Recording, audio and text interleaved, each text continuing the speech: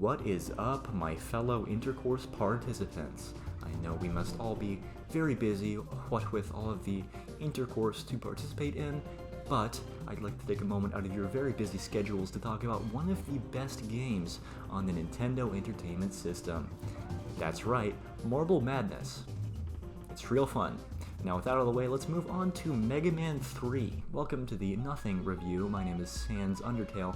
Now, Mega Man 3, not to be confused with Mega Man 03, which you may be surprised to hear, despite being mathematically equivalent, is not the same game, and is not named thusly due to its position in the series, but rather because it contains zero sugar. Now, oddly enough, Mega Man 3 is actually the second game in the series. Despite what the liberal news media might tell you, the series went straight from Mega Man 1 to Mega Man 3.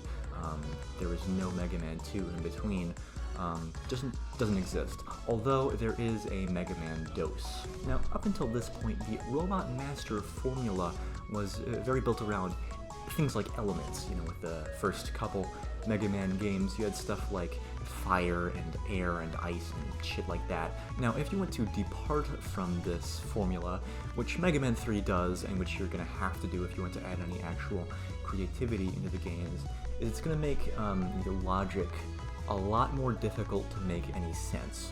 So what your deductive reasoning when you're trying to parse the logic of Mega Man 3 is going to almost certainly look like is it's probably going to run along the lines of just go to Google for it. You know, just run a Bing search maybe. Just DuckDuckGo that one. Mega Man 3 was the first to introduce the slide function to the gameplay loop, which you get to use for about 5 more games until Mega Man 9 decides you just can't handle that kind of responsibility, can you? Being able to slide is usually bundled alongside the charge shot, but since Mega Man 3 only had sliding at this point, I guess it gives Mega Man 3 the best moveset of any video game ever made, I think. Another new addition to the moveset is the Super Jump, which you get to do not by pressing the A button or the B button, but instead you press the left button on the second controller. This is for sure meant to appeal to those of us, like myself, who are fans of when games don't work the way they're supposed to. And if you're one of us, then you're really going to like this game. This is by far the most broken Mega Man game to exist.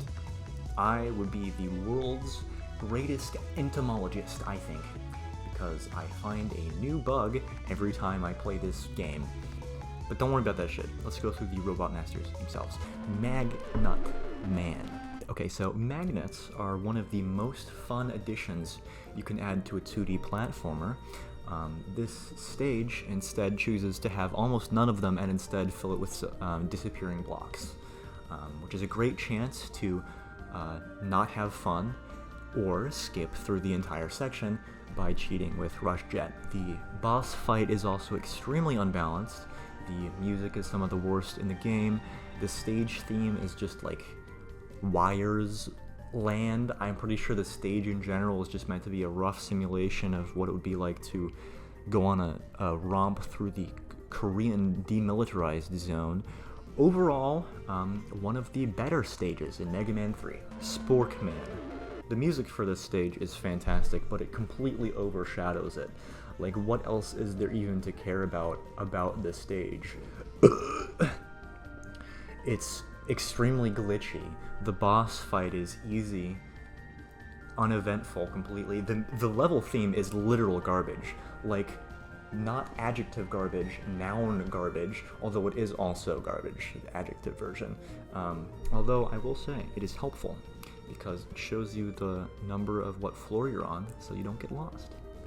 Yay. Bottom Man. I think this is probably the scariest thing that a boss could be based around. Just the most kick-ass guy. Although the scariest thing of all is that they actually thought this would be fit to show to children. Can you believe that? You really think a child could sleep at night after seeing the top-themed plants inside of glass in this stage? What about the top-themed, comically oversized cat who shoots out top-themed red orbs? Huh?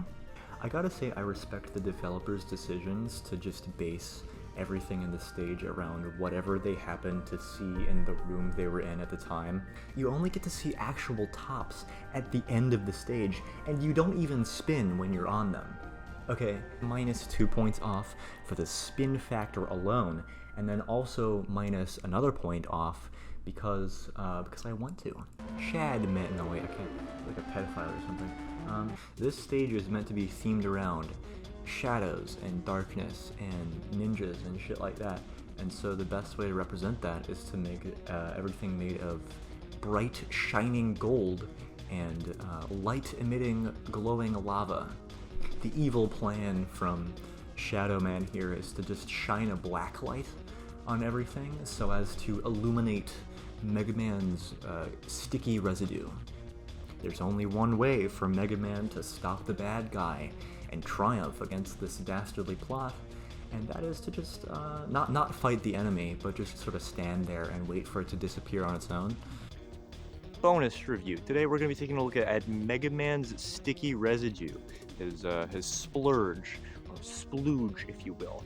This Mega Man E-Tank energy drink, which, by the way, I will note, despite saying E-Tank on the can in text, is not actually E-Tank themed in any way, shape, or form. It just has this shitty Mega Man sprite on it, which is a massive cop-out, I would like to note, but regardless, let's take a guzzle. Let's crack this bad boy open. Guys, tastes like a. This is so fucking stupid. Hard Man. There's not really a good way I can change that. It just kind of speaks for itself. This stage fulfills my lifelong fantasy of going to a desert made of popcorn. We also get to meet Scroto Man in this level, who is Schmegma Man's long-lost lore character with no actual significance to the gameplay. Snack Man. I like how all of the other levels take place in actual places, and then this one is literally just snakes.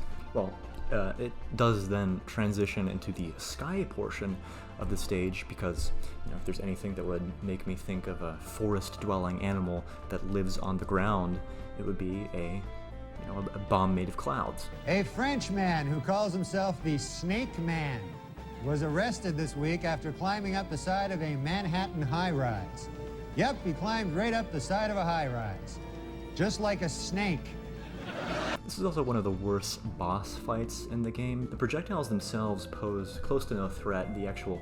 The main challenge comes from Snake Man's massive, beefy, throbbing hitbox. I'm a strong, independent woman who don't needle man. I don't have much to say about this one. It is 0% related to needles.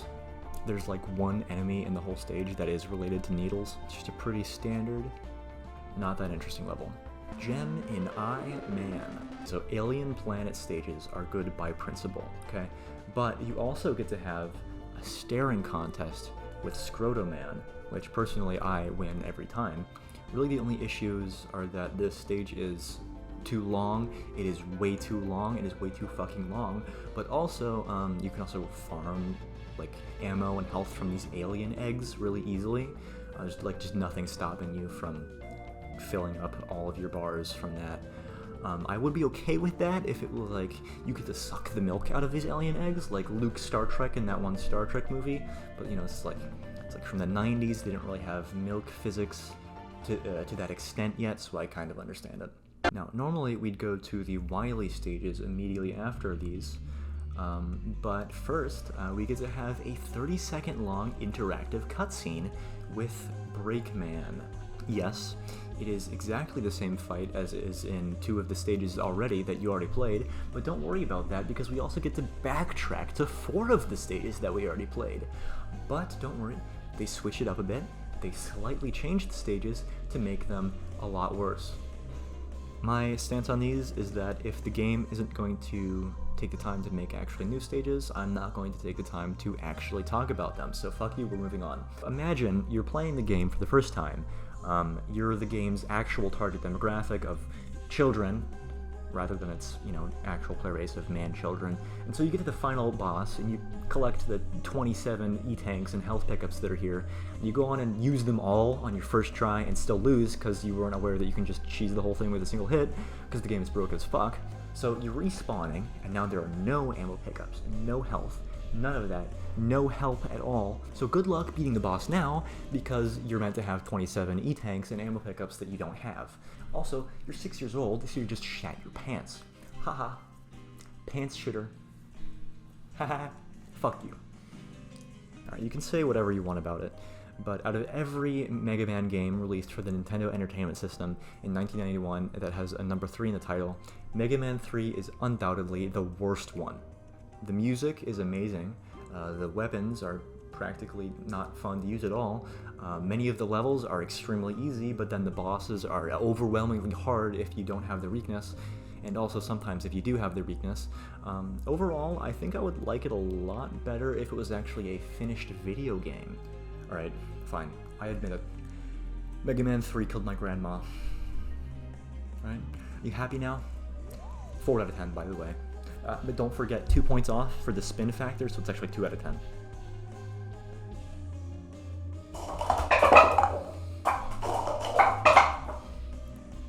It still tastes good. If you've ever seen Deadpool, where